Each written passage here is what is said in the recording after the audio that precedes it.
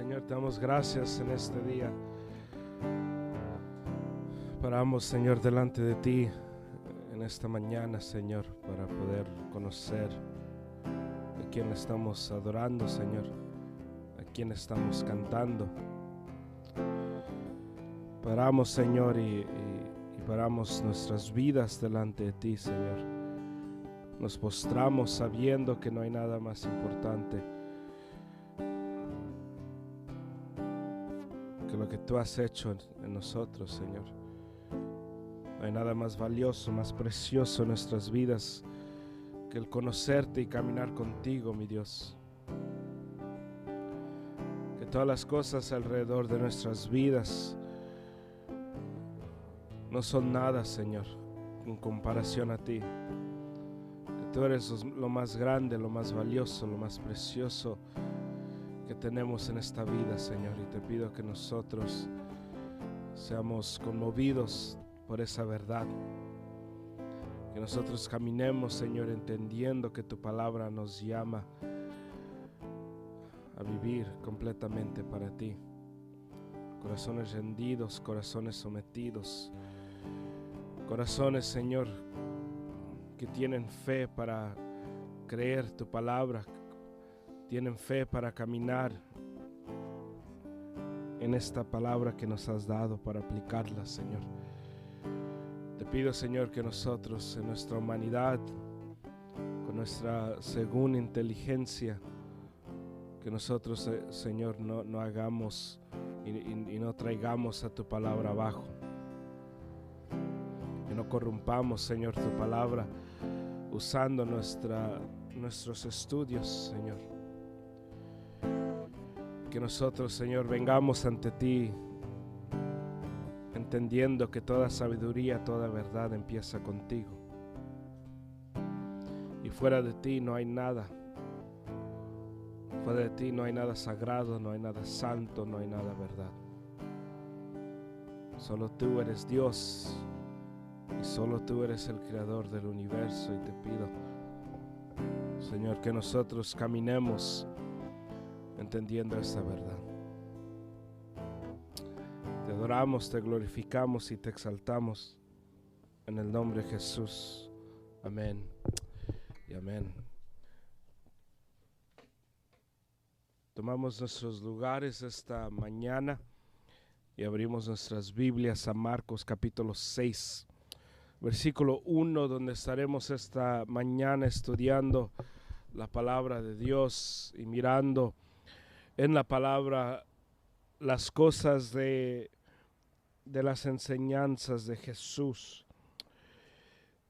Y vamos a ver en este capítulo, y como hemos ido en capítulo, y Marcos es un libro que no todos los libros de la Biblia son así, pero Marcos es uno de ellos donde cada capítulo nos habla de una cosa diferente.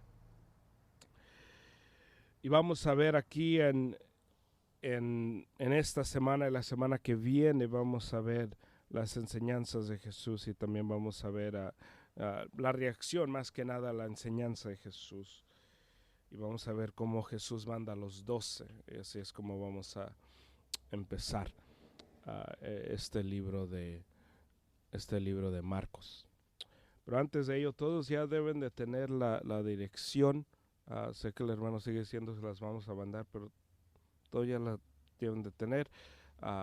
Y si no la tienen, se las mando de nuevo hoy. Y no manden dinero por Zelle ahorita, no es seguro. Sé que les dijo el hermano, pero no lo hagan.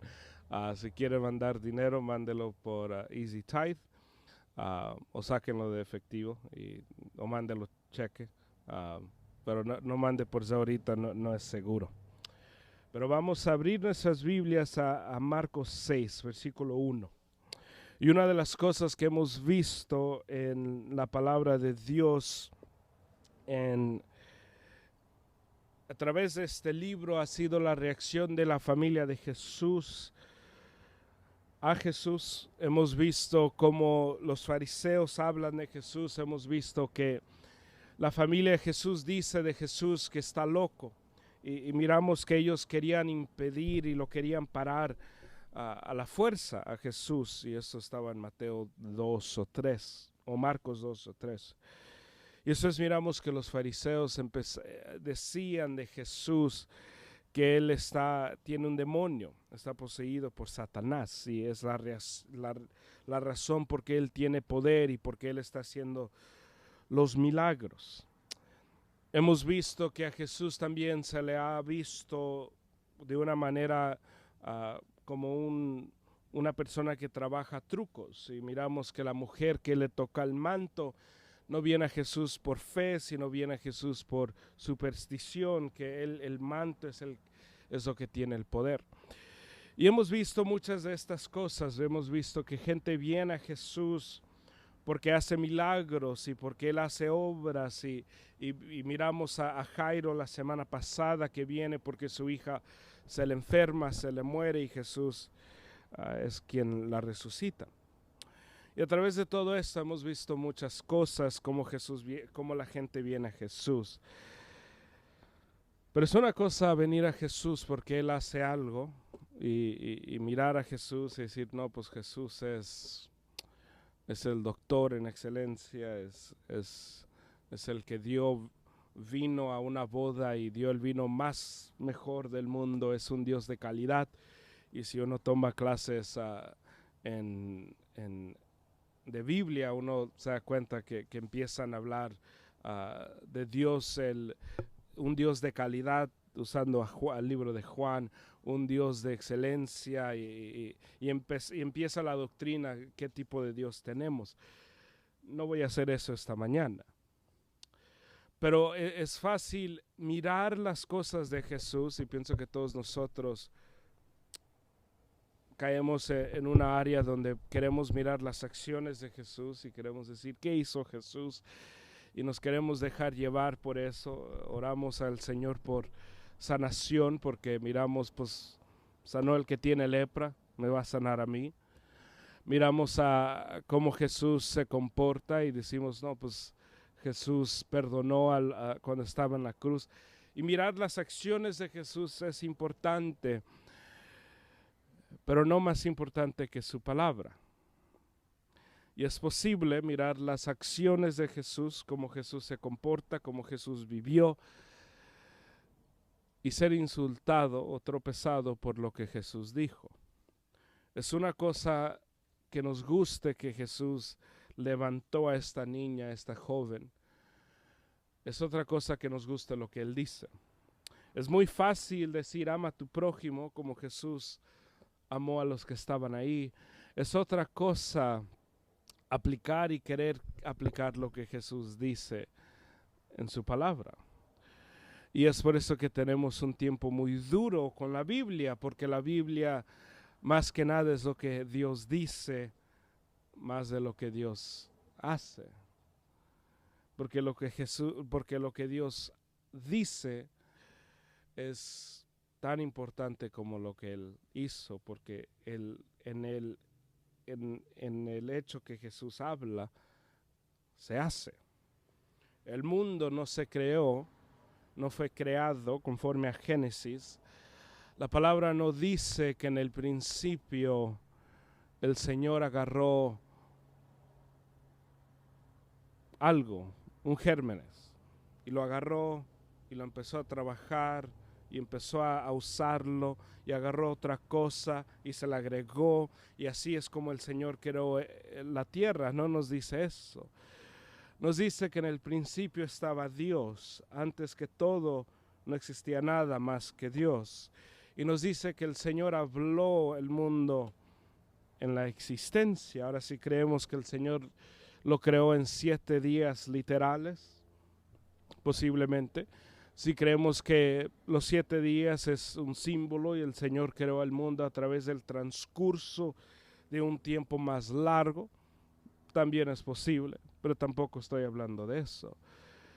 Cuando hablamos de la palabra de Dios, no solo estamos hablando de lo que hizo Dios, estamos hablando de lo que dice Dios.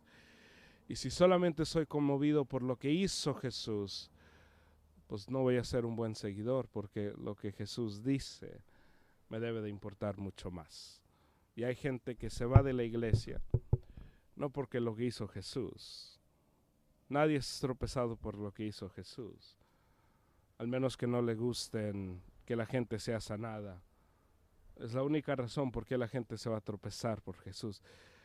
Jesús no fue matado porque Él sanó. Mataron a Jesús porque Él dijo, yo soy Dios. No demostró que era Dios, o al menos no a la manera que ellos querían, pero Él dijo, soy Dios, y lo mataron. La razón por qué la iglesia está siendo perseguida, la razón por qué cuando nosotros miramos al mundo global y ahorita nuestros hermanos en Afganistán están pasando por esto, y lo que se les pide, no les dicen renuncia los hechos de Jesús, renuncia a Jesús como rey. Y si ustedes me pueden decir cómo el Señor demostró que es rey, pues es muy duro. Pero me pueden decir, el Señor dijo que Él es Dios. Me pueden llevar al libro Apocalipsis, donde habla de que Él es el alfa y el omega. Nosotros nos debe de importar lo que dice Jesús. Porque lo que dice Jesús es lo que nos hace cristianos, porque nosotros somos salvados a través del escuchar y el escuchar de la palabra de Dios. Así es como entra la fe. No entra a través del ver y ver lo que Jesús hizo, porque no lo podemos hacer. Por eso la expresión que dice, predica el evangelio y si es necesario usa tus palabras, no es satánico, pero vive en ese vecindario. Porque el Señor para predicar su evangelio usó sus palabras mucho. Hay gente que dice, lo único que importa más que nada no es la predicación, no es la enseñanza, no es el sermón, no es leer la Biblia, es el demostrar el amor a la gente. Les hago una pregunta, ¿cómo demuestran un amor si no saben cómo demostrarlo? Hay gente que dice, solo adora al Señor, dale toda tu adoración al Señor. Les pregunto, ¿cómo es que le gusta al Señor que le adoren?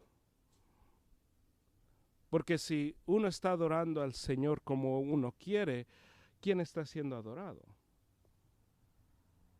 Si tenemos una fiesta para un hermano, hay que suponer el domingo pasado que celebramos el cumpleaños del hermano, y hay que suponer que el tema era algo que a él no le gusta. Hay que suponer que hicimos el tema de algo que él odia. Y así hicimos el tema porque a nosotros nos gusta eso, pero a él no le gusta. ¿Vamos a poder decir, celebramos a Ángel este día? No. Celebramos a Ángel como yo quise celebrarlo. Pero esa celebración es mi celebración. Si yo digo, yo voy a adorar al Señor como yo quiera, con que yo le adore, y hay mucha gente que tiene esta mentalidad, con que yo adore al Señor a mi manera, es todo lo que importa. En ese instante no estás adorando a Dios, te estás adorando a ti. El Dios en ese instante eres tú. Porque el único que está siendo glorificado, pues eres tú. Hay gente que se para y dice, Señor, recibe mi adoración. Mientras tienen pecado que no se han arrepentido, tienen cosas que no se han confesado. Y nos dice el Señor muy claramente que la adoración, el adorador real lo está adorando en espíritu y en verdad. Es muy fácil llegar aquí y levantar las manos. Y será mucho más fácil la semana que viene cuando estemos en un edificio y se sienta que somos una iglesia real. Y se va a sentir mucho más normal levantar las manos. Pero estamos levantando las manos en el corazón. Estoy adorándole al Señor a través de escuchar su palabra, a través de leerla.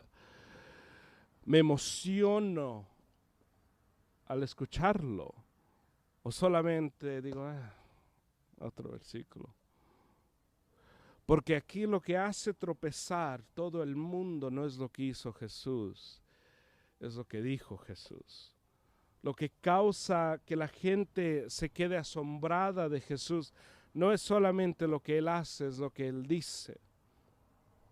Miramos que cuando Jesús saca a los demonios, el poder viene de lo que Él les dice, no de lo que Él hace. No nos dice, no leemos aquí, y Jesús peleó contra los demonios. No dice que Jesús se agarró a pleitos con Legión, no nos dice eso.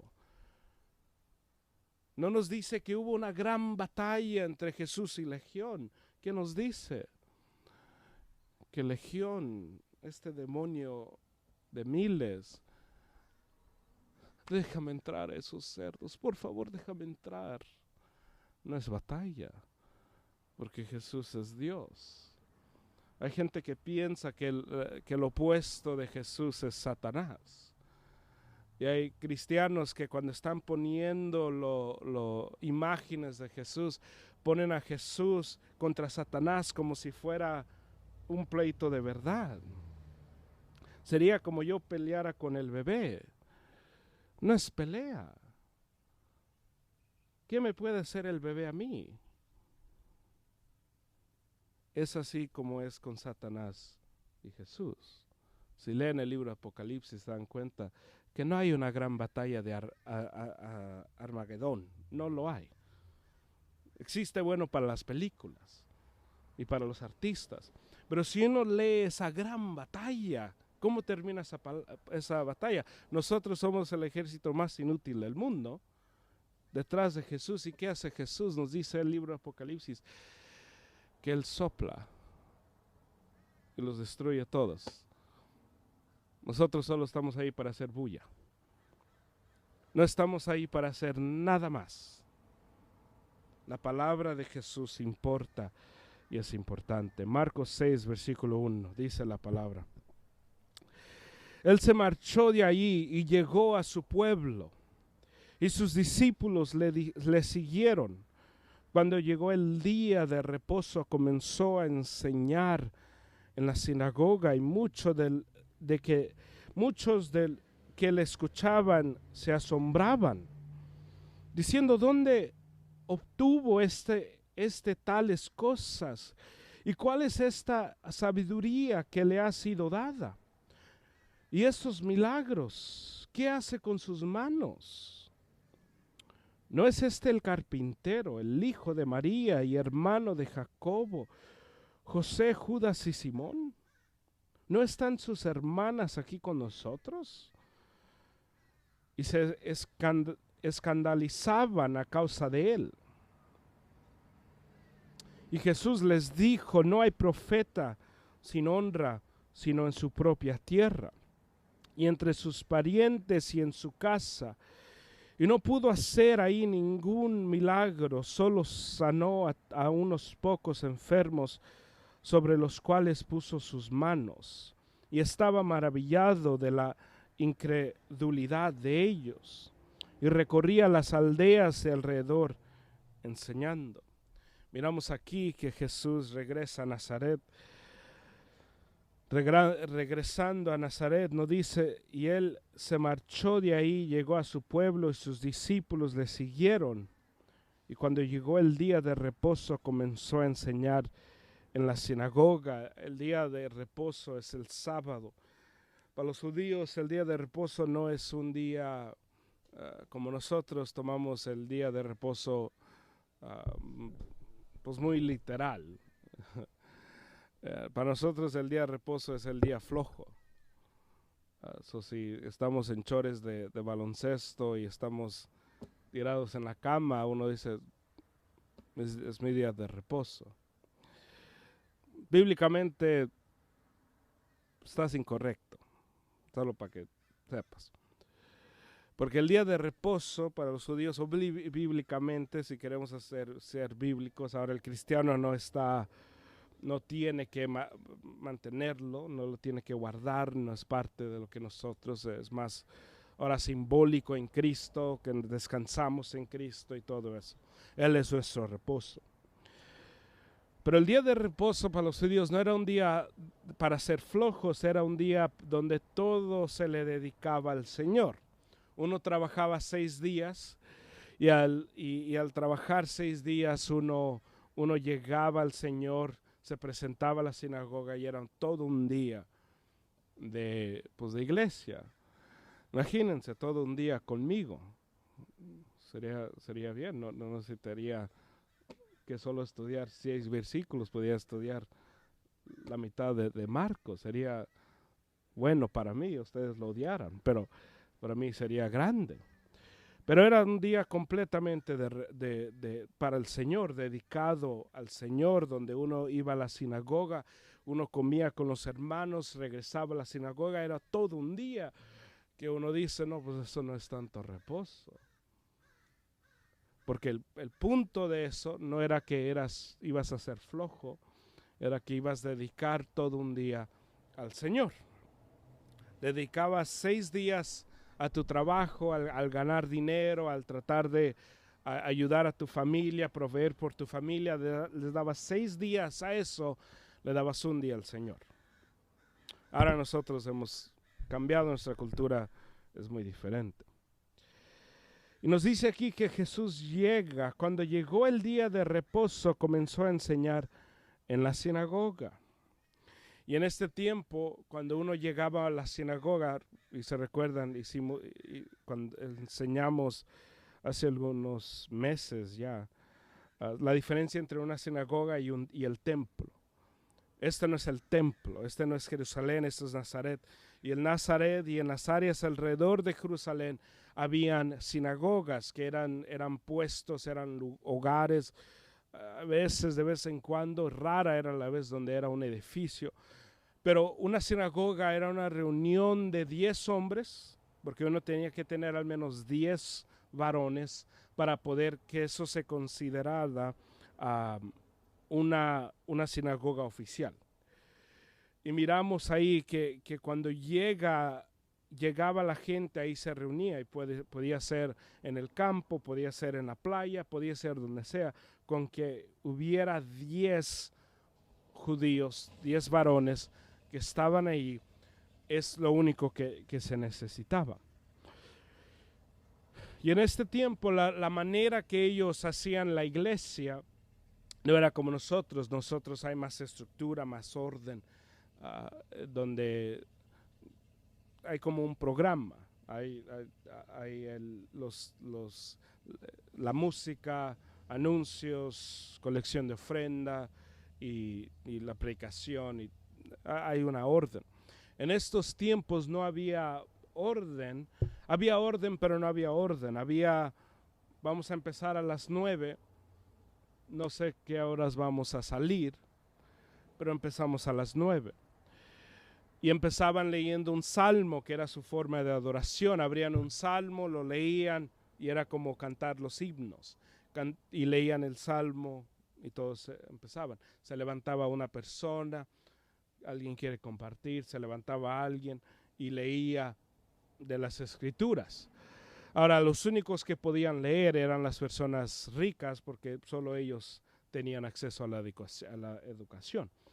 Uno se paraba, pero no era de enseñanza, no era lo que estamos haciendo aquí, era solamente, voy a leer hoy de Isaías. Y uno leía de Isaías, los hermanos decían amén, se sentaba, se levantaba otro, y era así. Es por eso que si se recuerdan conmigo la historia en Hechos, donde Pablo se levanta y está predicando toda la noche, se duerme, pues se cae, no se duerme, se muere, lo resucita. Llevan al niño, porque es niño, lo llevan al niño de regreso al servicio, y sigue Pablo predicando. Era porque en esos tiempos, y cuando dice Pablo, todos lleguen a los hermanos para edificar a los hermanos, porque los servicios se hacían muy diferentes, no había un predicador, había varios. Imagínense, después de escucharme por 50 minutos, que se levante el hermano y diga, no, pues yo también tengo algo que decir, y habla por otros 45. Y eso inspira que el otro hermano se levante y diga, yo también quiero hablar, y él habla por 30. Ahora podemos entender por qué duraban tanto. Y es ahí lo que pasaba. Por eso cuando dice que Jesús enseñaba, era parte, se podía, no se pedía permiso. Se le abría, había un sacerdote que decía, empezamos el servicio, leamos el salmo, alguien quiere decir algo, y pasaba al frente. Y es así como pasaba. Bueno, y también en esos tiempos la gente se levantaba y el que hablaba se quedaba sentado para que todos lo miraran. Nos dice el 2, cuando llegó el día de reposo, comenzó a enseñar en la sinagoga y muchos que le escuchaban se asombraban diciendo, ¿dónde obtuvo estas tales cosas? ¿Y cuál es esta sabiduría que le ha sido dada? Y estos milagros, ¿qué hace con sus manos? Y empieza ahora la gente al escuchar a Jesús. Jesús hablando, no estaba hablando conforme a la autoridad de alguien más. Cuando uno se paraba, y es como nosotros, y una predicación bíblica es una predicación donde la autoridad no viene del que está hablando, viene de Dios. Y uno no dice, yo les digo a ustedes, lean sus Biblias, porque pues, ¿quién soy yo? Es el Señor nos pide que leamos nuestras Biblias. Dos cosas diferentes. Hay gente que piensa, tengo que ir a la iglesia porque si no voy a la iglesia el pastor se va a enojar. Yo no me enojo, es sus vidas.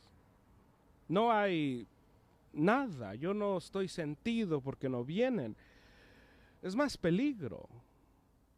Es todo lo que es. No es nada de que, porque si voy le digo.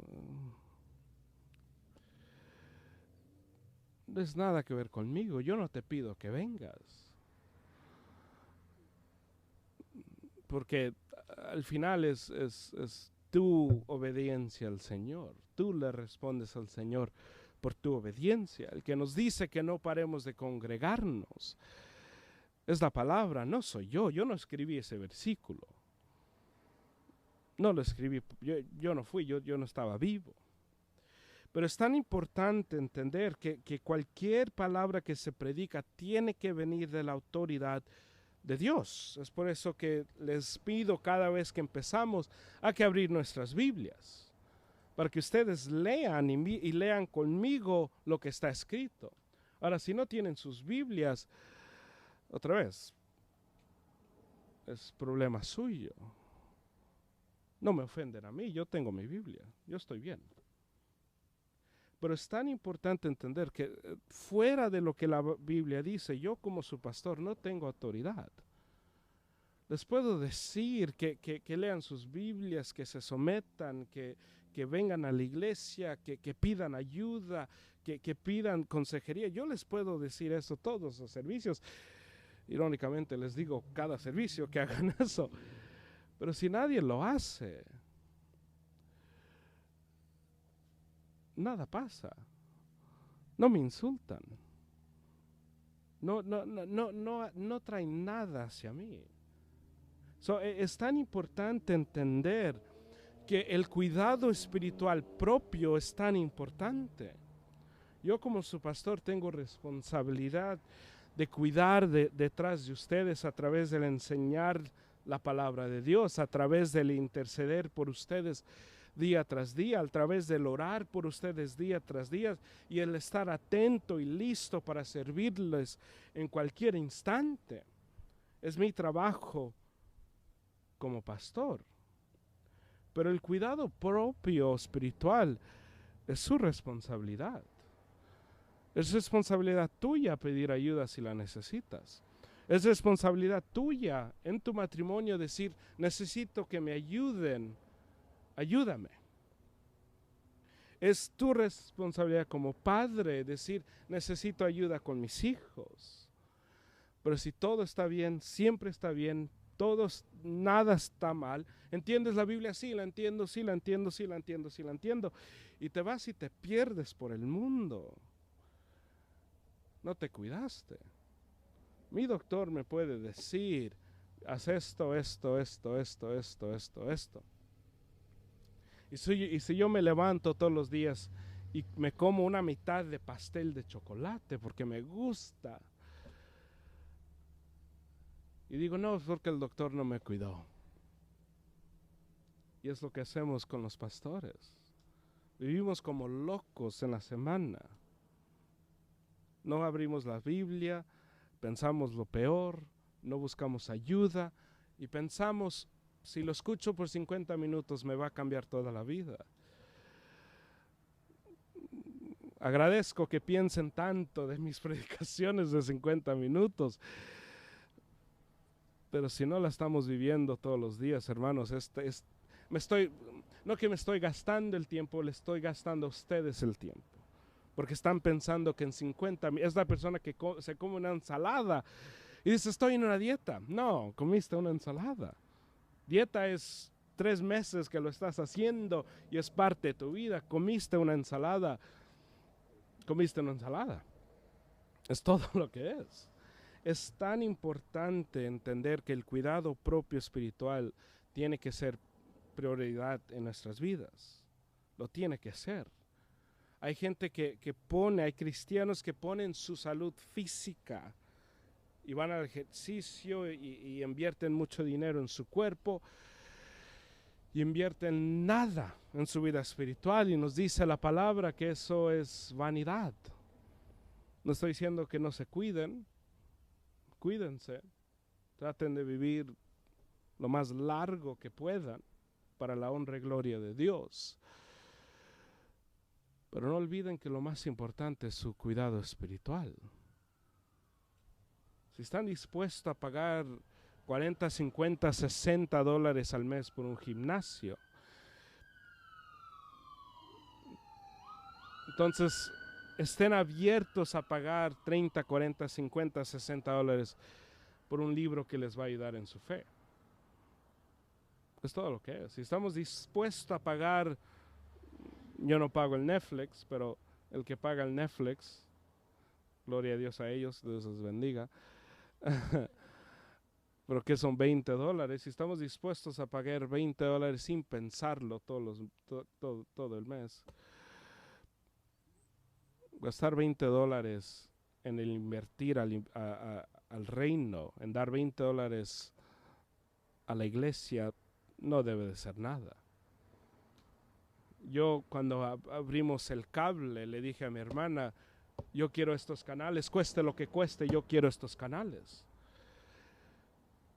Y el paquete que agarramos no tuvo esos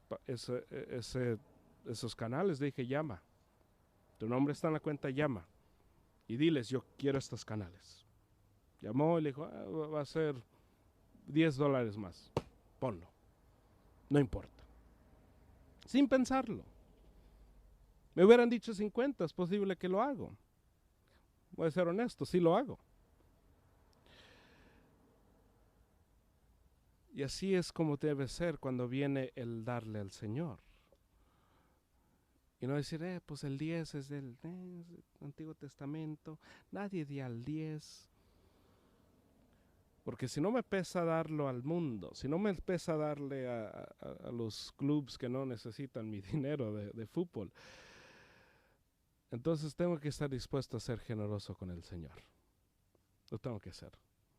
Porque si no lo estoy, si le digo al gimnasio que no he ido en quién sabe cuánto, si le digo al gimnasio, toma mi dinero, ni te voy a pelear por él, entonces ¿por qué le estoy peleando al Señor por cosas del reino? ¿Por qué estoy diciendo, no, pues este libro está bien caro? Porque nada más se nos hace caros más que nuestro cuidado espiritual, y eso tiene que ser de mayor importancia. Pero nos dice aquí que ellos empezaron a preguntar, ¿dónde obtuvo tales cosas? La primera cosa, ¿dónde aprendió a leer? Jesús no era hombre rico. Jesús era un hombre de trabajo. ¿Dónde aprendió a leer? Porque solamente las personas que tenían maestro, Pablo que tenía a Gamaliel, a él se le enseña a leer. Pero se le pregunta, ¿cómo aprendió a leer?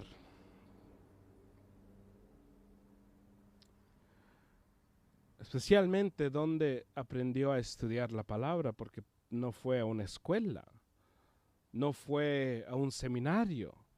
¿Cómo sabe tanto? Dice, ¿dónde obtuvo tales cosas? ¿Y cuál es esta sabiduría que le ha sido dada? Porque los predicadores de ese tiempo no hablaban con sabiduría, solo leían. Si yo solo les leo Marcos 1, 6, capítulo 1, Marcos 6, versículo 1 al 6, y cierro, a que irnos a nuestras casas, ¿hay sabiduría en eso? No. No van a irse a sus casas y decir, no, pues el Señor le ha dado gran sabiduría. No dirán eso porque no hay sabiduría en el leer. La sabiduría que uno mira y uno dice, no, pues el pastor tiene sabiduría o Jesús aquí tiene sabiduría. La sabiduría se demuestra al explicar algo, al demostrar, pues yo lo entiendo, no solamente lo entiendo, pero lo entiendo lo suficiente para decirte lo que quiere decir. Y aquí Jesús estaba enseñando, predicando la palabra de Dios, o su palabra. ¿Y cuál es esta sabiduría y qué le ha sido dada? Y estos milagros, ¿qué hace con sus manos? Lo que ellos estaban diciendo, ¿de qué se dedica? Porque noten, versículo 3, ¿no es este el carpintero, el hijo de María y hermano de Jacobo, José, Judas y Simón? ¿No están sus hermanas aquí con nosotros? Ellos están diciendo a qué se dedica, que no sus manos son las mismas que las mías. Y que nuestros hermanos son común y corrientes. Sus hermanas se han casado. No hay nada especial de este hombre y su familia. ¿De dónde? Porque no hay maestro que le enseñó, no hay escuela que le enseñó, no hay nada de dónde viene. Porque ellos estaban dispuestos a aceptar lo que Jesús hacía, no estaban dispuestos a aceptar lo que Jesús dijo. Es una cosa leer que Jesús sanó a los leprosos y decir, gloria a Dios, Señor, sáname a mí también. Es otra cosa escuchar lo que Jesús dijo y decir, gloria a Dios. Pienso que es por eso que nosotros pasamos mucho tiempo queriendo escuchar. Es por eso que la historia del manto de la mujer es una historia famosa. Pero Mateo 6 no es historia famosa. ¿Qué está en Mateo 5, en Mateo 6? Sin buscar en sus Biblias, tramposos. El sermón del monte. Muchos hablan, cómo quisiera tener la fe de la mujer que le tocó el manto. Muy pocos dicen, Señor, dirígeme a seguir tu palabra y seguir la palabra en el sermón del monte. Les leo el sermón del monte. Mateo 5. Y cuando vio a las multitudes, subió al monte, y después de sentarse sus discípulos se acercaron a él. Y abriendo su boca, les enseñaba diciendo, para que no haya confusión, Jesús dijo esto. Bienaventurados los pobres en espíritu, pues de ellos es el reino de los cielos. Bienaventurados los que lloran, pues ellos serán consolados. Bienaventurados los humildes, pues ellos heredarán la tierra. Bienaventurados los que tienen hambre y sed de justicia, pues ellos serán saciados. Bienaventurados los misericordiosos, pues ellos recibirán misericordia. Bienaventurados los del limpio corazón, pues ellos verán a Dios. Bienaventurados a los que procuran la paz, pues ellos serán llamados hijos de Dios. Bienaventurados aquellos que han sido perseguidos por causa de la justicia, pues de ellos es el reino de los cielos. Bienaventurados seréis cuando os insulten y persigan y digan todo género de mal contra vosotros falsamente. Por causa de mí, regocijaos y alegraos, porque vuestra recompensa en los cielos es grande, porque así persiguieron a los profetas que fueron antes que vosotros. Vosotros sois la sal de la tierra, pero si la sal se ha vuelto insípida, ¿cómo? ¿Qué se hará salada otra vez? Ya para nada sirve sino para ser echada fuera y pisoteada por los hombres. Vosotros sois la luz del mundo. Una ciudad situada sobre un monte no se puede ocultar, ni se enciende una lámpara y se pone debajo de un almud, sino que sobre el candelero y alumbra a todos los que están en la casa. Así brille vuestra luz delante de los hombres, para que vean vuestras buenas acciones y glorifiquen vuestro Padre que está en los cielos. Amén. Predicación de Jesús. Y no para ahí. El sermón del monte es un sermón muy largo. Y este sermón, Jesús empieza a desafiar las enseñanzas de ellos. Porque Jesús dice, se les dice, ustedes han escuchado que se les ha dicho que si uno se acuesta con una mujer, comete el acto de adulterio. Pero les digo yo, si miran a una mujer y empieza a hablar de esa manera, se les ha dicho esto, pero yo les digo hoy. Se les dice esto, pero yo les digo esto. El mundo dice esto, pero yo digo esto. Y Mateo 5 al 7 es el manifiesto del cristiano. Son las reglas y los Estados Unidos tiene la constitución. La constitución del cristiano es Mateo 5 al 7. Y Mateo 5 al 7 tiene que ser más importante en nuestras vidas, porque es lo que Jesús dijo. Es una cosa querer ser la mujer del manto. Desafortunadamente hay mucha gente que tiene una fe muy supersticiosa ante el Señor. Yo di mis $25 y miraste. El Señor me ayudó. Iba viajando y no sé, ya no había tráfico. Porque di mi ofrenda. Y hay gente que cree eso. Me levanté hoy y oré. Y todos los días he estado orando las 2 últimas semanas. Y has visto, la presión se me ha bajado. Porque he estado orando 2 semanas. Ignorando que han comido avena. Se están ignorando todo esto. Diciendo, he orado 2 semanas. Una fe muy de superstición. No es fe. Tú has visto, yo todos los días voy al cuarto de mis hijos y les empiezo a orar. Los unjo, oro por ellos. Nunca he tenido problemas con ellos, sin saber que el Señor a los 7, 8 años había conquistado el corazón de este niño. Las oraciones ayudaron, pero el niño no fue salvado porque el padre oró por ellos. Porque hay muchas personas que sus padres no oraron por ellos y vinieron a la salvación.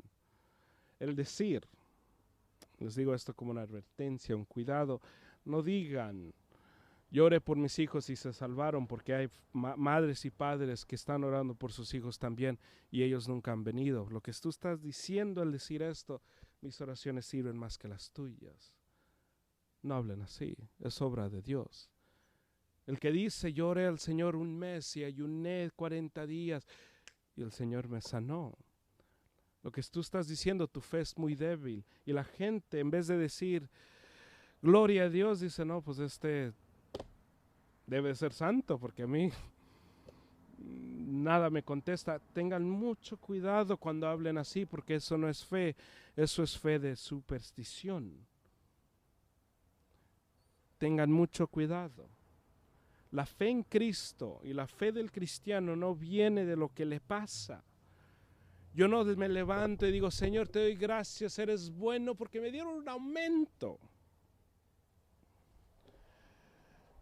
Porque debo de decir, el cristiano dice, Señor, eres grande y eres bueno, aunque me acaban de decir que tengo cáncer, aunque mi hijo está enfermo, aunque no tenga dinero y el carro ya no me sirve.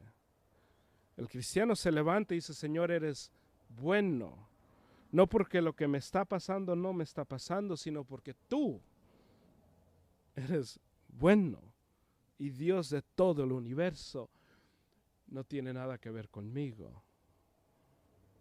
El cristiano se sostiene en las palabras de Dios y no en los hechos. No en los hechos. Hay gente que dice, yo tengo mi fe, que ese cheque va a llegar. Lo he confesado y le he puesto mi fe en Cristo. Y no sé si han visto a esas personas, pero yo he visto a esas personas. Y su corazón, después de que no llega ese cheque, es muy feo. Porque no están diciendo, gloria a Dios, el Señor me va a sostener de una manera o la otra. Empiezan como locos a buscar solución. Se les va la confesión como si nunca confesaron nada. El que tiene su fe en Cristo entiende, el Señor me va a llevar por la sombra de la muerte, pero me va a llevar. Me va a sostener. Va a poner una mesa delante de mis enemigos. Él me va a llevar. Si es que me llevan a una cruz y me crucifiquen, Él me dice en el último capítulo de Mateo, yo estaré contigo hasta el fin de la edad, del siglo. Hasta el fin del mundo yo estaré contigo. Por eso cuando leo de los hermanos, nuestros hermanos en Cristo que mueren por su fe,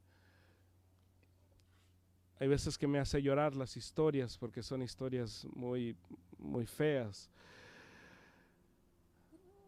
Pero también me da mucho gozo porque digo, Señor, eres tan precioso, tan valioso que podemos ver hoy en día, no miles de años atrás, hoy en día que hay gente que todavía dice, Señor, eres más valioso que mi vida. Y si tengo que dar mi vida para no renunciar y ser parte de tu reino, lo haré. Estaba leyendo una historia de un padre que en China, este pastor lo habían agarrado a toda su familia y empezaron a poner, tenía 2 hijos, su esposa, y los soldados tenían pistolas. Esto fue hace como un mes, pistolas a la cabeza, y estaban golpeando a este pastor porque encontraron que tenía una iglesia ilegalmente. Empezaron a golpearlo y decirle, niega a Cristo. Durante ese tiempo su familia está orando por él. Y al orar por él están, mientras tienen, la escena es una escena como de película, como no, tienen la pistola y ellos están orando mientras tienen una pistola aquí. Nosotros viene un insecto y nosotros no nos podemos concentrar. Imagínense con una pistola a la cabeza, ellos orando mientras están golpeando al esposo, a su padre. Y le están diciendo a este pastor, niega a Cristo. No lo haré. Y le está implorando su familia, no lo hagas, no niegues. Y empiezan a golpear a su esposa, y le empiezan a golpear. Niega a Cristo. Y ella le está suplicando, llorando, sangrando, no lo hagas. Y le ponen la pistola, niega a Cristo. Y dice, no lo hagas. Y la matan. Y hacen lo mismo con los dos, su hijo y su hija. Y los tres diciéndole, no lo hagas. Nosotros vamos con Cristo, no lo hagas. Y la emoción de leer eso era una emoción terrible. Porque uno se empieza a decir, qué feo que existe hoy. Nosotros vivimos en una sociedad donde nos dicen ponte la máscara, nos están persiguiendo. La persecución de la Iglesia de América y es un chiste porque nos debe dar vergüenza pensar que estamos bajo persecución. Pero al leer esa historia, lo bello, el que es glorificado en eso no es el pastor, no es la familia, es Cristo.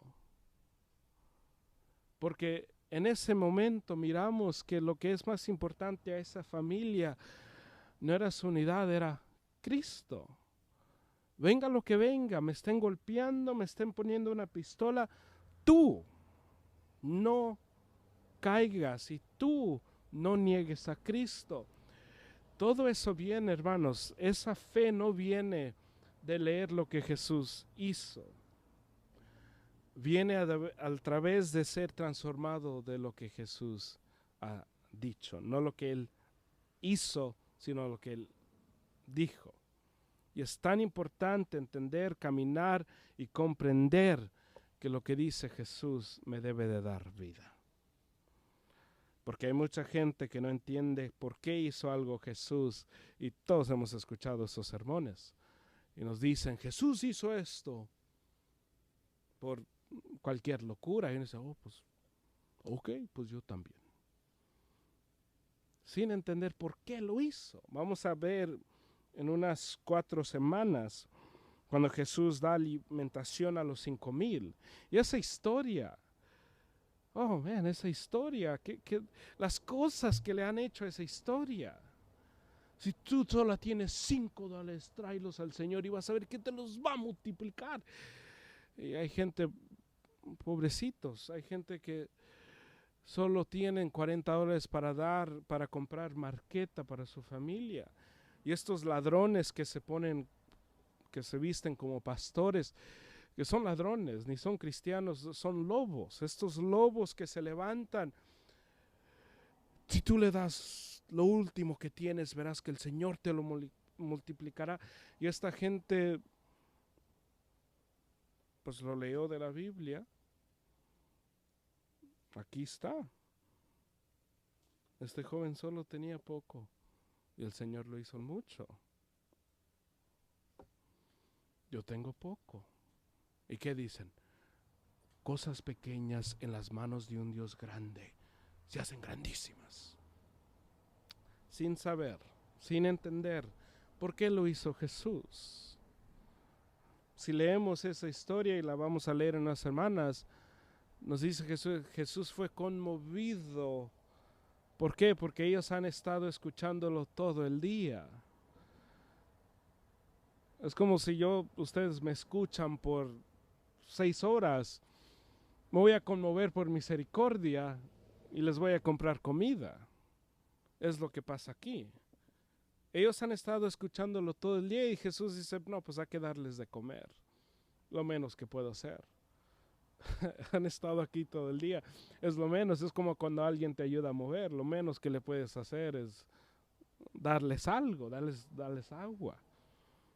Es lo menos, imagínate. Le ayudas a que te mueva y te dan un mazapán. Yo amo los mazapanes, pero cuando uno tiene sed, imagínate, gracias por ayudarme, sé que estás cansado, estás sudando, tienes mucha sed, aquí está un mazapán.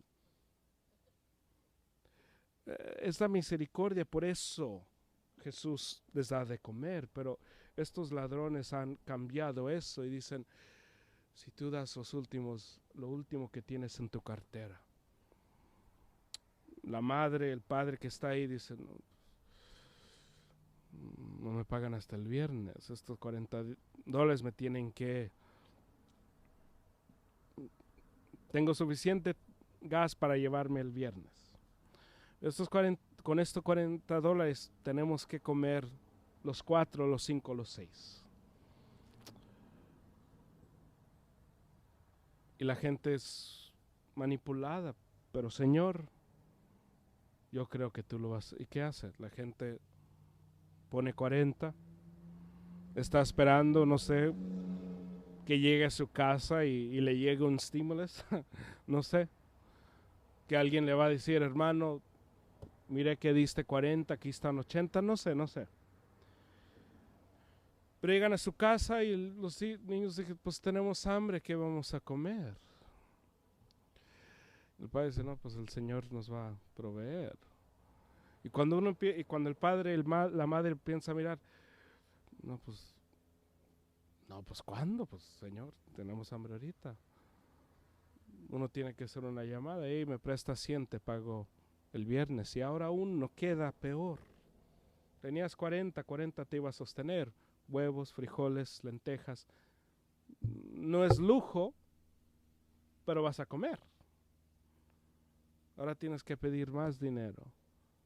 Y ahora el cheque te va a salir más corto. Y ahora sigue siendo. Porque son ladrones. A eso sí les tenemos que tirar piedras, a eso sí. A eso sí los tienen que agarrar con pistolas y golpearlos. Al menos así van a confesar a Cristo. Pero es tan importante entender que aquí no solamente decir lo que hizo Jesús, porque si no lo entendemos, vamos a quedarnos en la ruina. ¿Cuántas historias de Jesús donde dice Jesús, y tu fe se te ha sanado? ¿Qué nos dicen? Si tu fe está grande, entonces va a ser posible. Y le agregan esta. Pero si no pasa es porque tú no tienes fe. El problema no es Jesús. El problema eres tú. Y uno se queda, no, pues yo me recuerdo escuchando eso, orando por cosas y me quedaba, pues no sé. Me recuerdo una vez un predicador después del servicio me dice, ¿tienes una fe fuerte o no? Y le dije, no sé. Después de escuchar tu sermón, no sé. Entré pensando, sí, mi fe está fuerte. No sé. Dice, pues tienes que saber. Dije, no, pues no sé, porque cuando uno no entiende los hechos de Jesús, sale más confundido. Pero dice aquí la palabra, el versículo 4. Y Jesús les dijo, no hay profeta sin honra, sino en su propia tierra y entre sus parientes y en su casa. Y no pudo hacer ahí ningún milagro, solo sanó a unos pocos enfermos sobre los cuales puso sus manos. Y estaba maravillado de la incredulidad de ellos y recorría las aldeas de alrededor enseñando. Y aquí el Señor enfrenta la posición más grande que Jesús se enfrentó. Fue en Nazaret, donde Él creció. Y aquí Jesús se está comparando a un profeta, que es interesante, porque lo que Él está diciendo, Israel, ¿qué hizo Israel? Si conocemos la palabra, Israel rechazó a todos sus profetas. Él está diciendo, yo soy como todos los profetas que ustedes han rechazado. Yo no tengo honra entre ustedes porque ustedes así tratan a todos sus profetas. 1, es lo que les dice. 2, y entre sus parientes y en su casa, y no pudo hacer ahí ningún milagro. Es muy interesante aquí lo que dice, porque es el único lugar en la Biblia donde se escribe esta palabra. Aquí esta palabra que escribe Marcos, donde él dice, aquí en el versículo 5, y no pudo hacer ahí ningún milagro. Ahí donde dice no pudo hacer, y en el versículo 6 estaba maravillado. Estas palabras hablan de que Jesús no sabía. Que es muy interesante porque obviamente nosotros creemos que Jesús es Dios, todo lo sabe. En el griego es la única vez que leemos que Jesús no sabía, que de verdad estaba maravillado. Wow, no me esperaba esto. No sabemos por qué. Y no les voy a inventar una cosa, porque no sé. Leí todo lo que pude leer. No saben por qué por qué escribió esa palabra. Y es posible que él estaba sorprendido, no sabemos. Pero la palabra que él usa es cuando uno no tiene, cuando uno no sabe. Cuando uno de verdad no tiene, y que es interesante que él usa esta palabra. Pero él usa esta palabra y nos dice aquí que no pudo hacer ahí ningún milagro. ¿Por qué no pudo? Otra vez, los ladrones te dicen no pudo porque su fe. Y hay un ladrón muy grande que dice el Señor puede pasar todo, pero no puede con un corazón que no lo quiere. Que es una ridiculez. Hay que hablarle a Pablo de eso. Hay personas que dicen el Señor es un caballero, no entra a las fuerzas. Pregúntenle a Pablo qué tan caballeroso es el Señor. Hay que preguntarle a Jonás. Jonás lo mandan al estómago de un animal. No nos dice ballena, pero de un animal. ¿Por qué? ¿Vas a ir a predicar o vas a ir a predicar? Eso no es un caballero. Un caballero quieres ir, si no quieres ir está bien, entiendo. A Pablo, ¿qué le dicen a Pablo? ¿Por qué me persigues? Ahora ve y predica, vas a morir por mí. No es Pablo una propuesta, Pablo. Eres un hombre de influencia. Te quiero en mi equipo. No hay nada de eso. Pablo, ¿vas a seguirme o vas a quedarte ciego? Pues, ¿quién va a escoger quedarse ciego? Después de que te tumben y te digan, ¿por qué me persigues? El Señor no es un caballero cuando viene a su salvación. Nos agarra. ¿Qué les dice a sus discípulos? Oigan, tengo una propuesta, sé que tienen negocio, pero me quieren seguir a mí, yo voy a tener un ministerio grande y ustedes van a ser los líderes de este ministerio. No hay nada de eso. Síganme, los voy a hacer pescadores de hombres. Es todo lo que les dice. Y ya que le siguen, y ya que lo escuchan, se dan cuenta, vamos a morir. Y cuando les dice Jesús, ¿se quieren ir ustedes? ¿Qué? Es muy tarde. ¿Por qué? Porque Pedro dice, pues ¿a dónde vamos a ir? ¿Qué vamos a ir? Después de escuchar todo esto, ¿voy a ir a regresar a tener el negocio de pescar? No. Es tan importante entender. Jesús no pudo, no porque él no tenía poder. No es porque el poder estaba en la fe de estas personas. En el griego nos habla aquí estos versículos de que era por misericordia. Aquí en el griego cuando dice y no pudo, habla más de que él no quiso. Y cuando uno empieza a estudiar el contexto de todo lo que hizo Jesús, todo lo que dijo Jesús, pasamos un buen tiempo hablando de las parábolas, por qué Jesús habla en parábolas, y todo fue por misericordia. Jesús todo lo que hizo en la tierra era para salvar a la gente.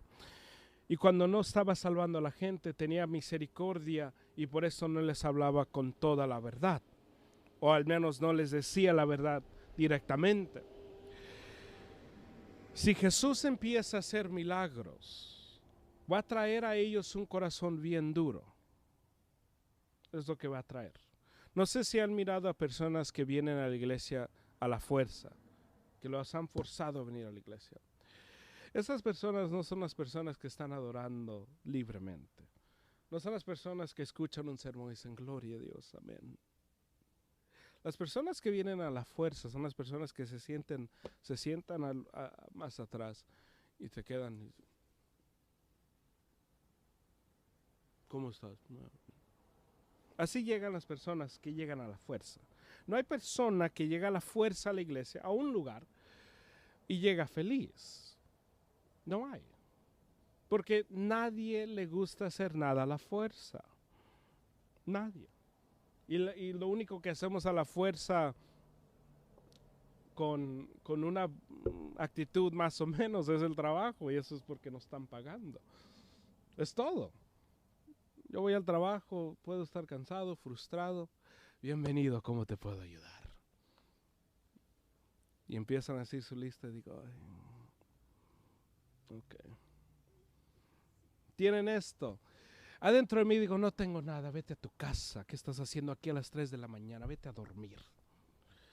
Sí, sí lo tenemos, deja, voy a ver. ¿Cuántos quieres? ¿Los quieres calientes o no? ¿Por qué? Porque me están pagando. Pero en mi casa no me pagan. Cuando era pequeño no me pagaba mi mamá para sacar la basura. Yo siempre, yo nunca, ella, porque no me pagaban. Lo puedo hacer, puedo tener una mala actitud. Si Jesús empieza a hacer milagros, sus corazones se van a hacer bien duros. No va a ser de bendición, no va a causar un cambio.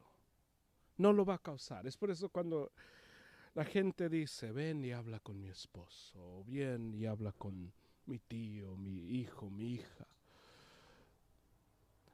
Es una situación casi imposible. Me recuerdo una vez fui con unos hermanos de la iglesia, no de esta iglesia, y fuimos a hablar con un joven rebelde. Y yo, como el pastor de los jóvenes en ese tiempo, me mandaron a mí. Ve, habla con este joven, necesita la dirección. El pobre, como a las 10 de la mañana, era un sábado, él estaba dormido, tocamos la puerta y lo despertamos. Su mamá lo despertó, él dormía en la sala. Como cualquier otro hombre o joven, duerme sin camisa. Y el pobre estaba ahí, ¿qué está pasando? Se está levantando y aquí están esos 3 hombres parados en su casa.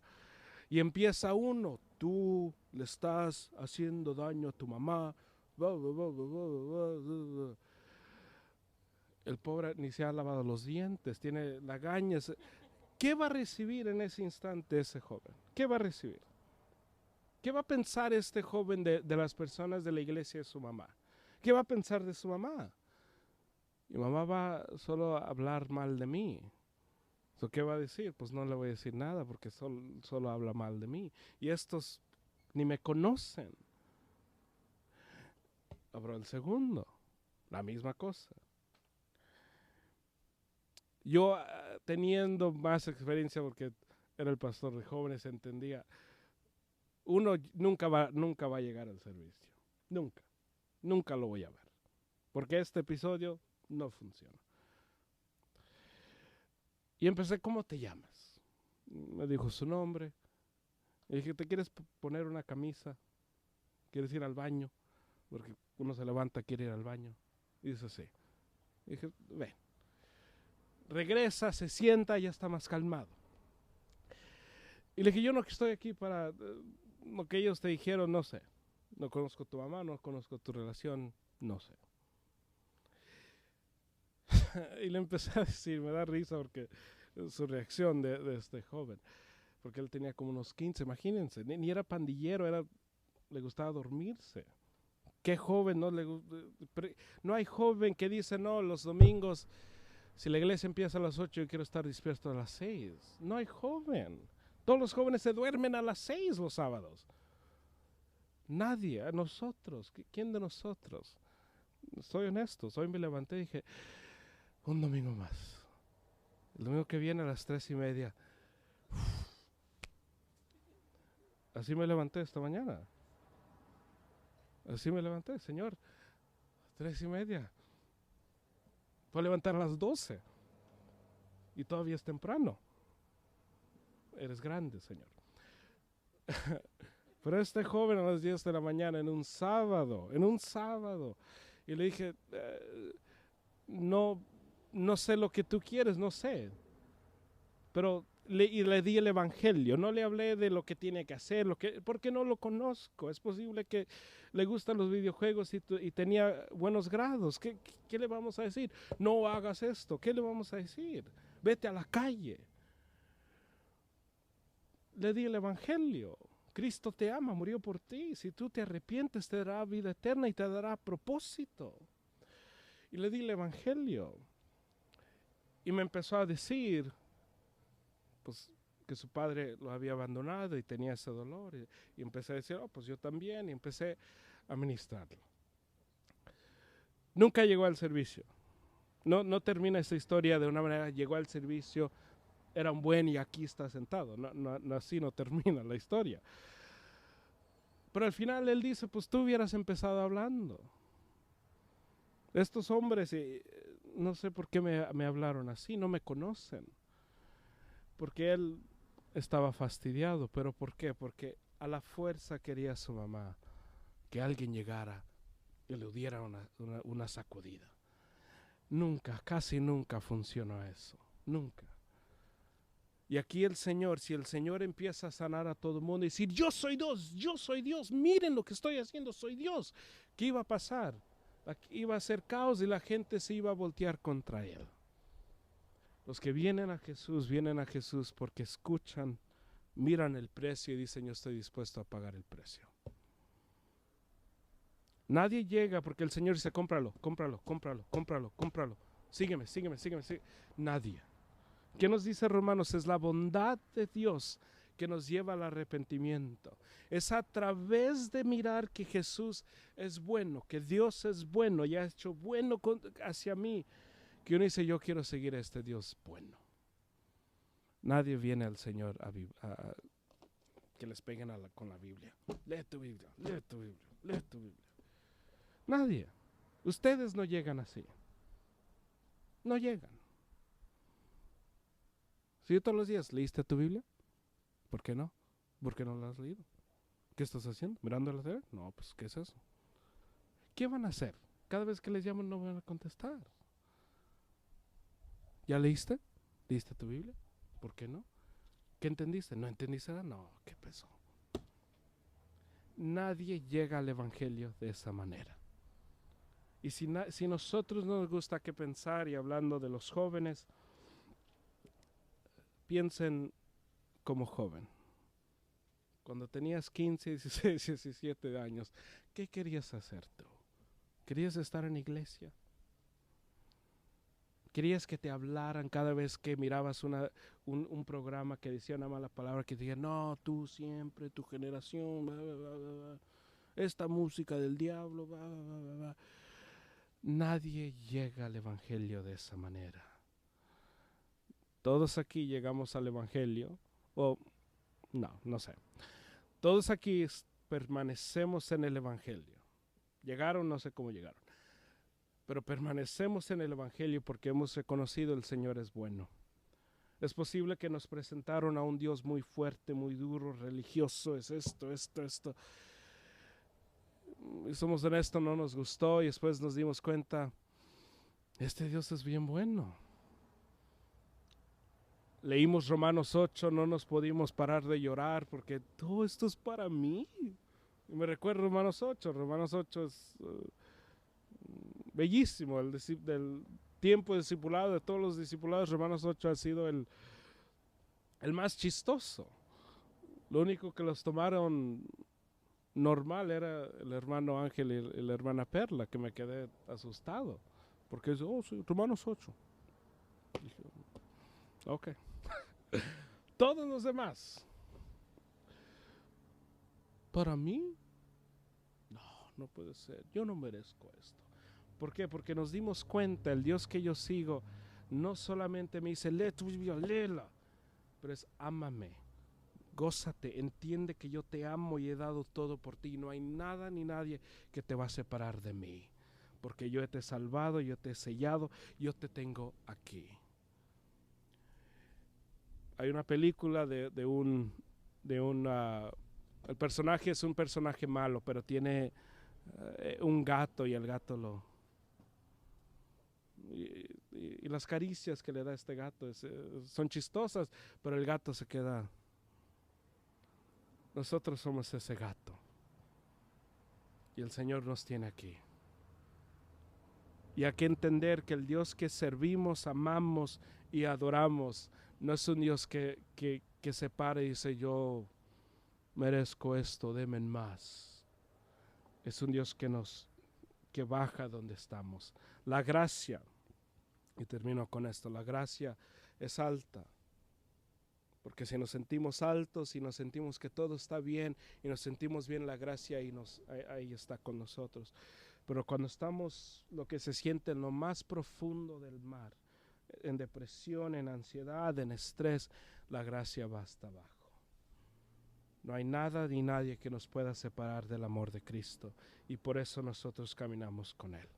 Nadie llega a la fuerza. Todos hemos llegado porque hemos reconocido y visto el Señor es bueno. Hay que orar.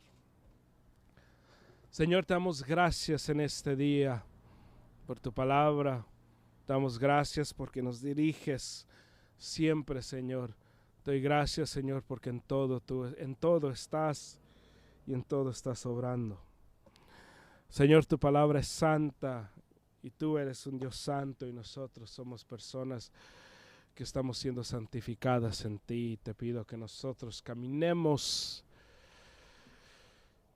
bajo tu dirección, bajo lo que tú estás haciendo, porque tú, mi Dios, estás haciendo siempre la obra.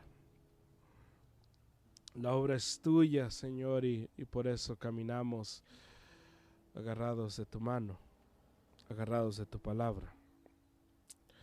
Dirígenos en cada lugar, en cada instante, porque tú, Señor, a través de tu bondad, nos diriges al arrepentimiento, y te doy gracias por eso. Oro, Señor, en este momento por nuestras vidas, por tu palabra, y que sea tu palabra central en lo que hacemos. Que el cuidado de nuestra vida espiritual sea lo más importante, porque eso es lo que importa más. Es así como nosotros vamos a ayudarnos el uno al otro. Es así como nosotros vamos a poder amarnos mejor y ser pacientes el uno con el otro a través de el entendimiento y el leer de tu palabra.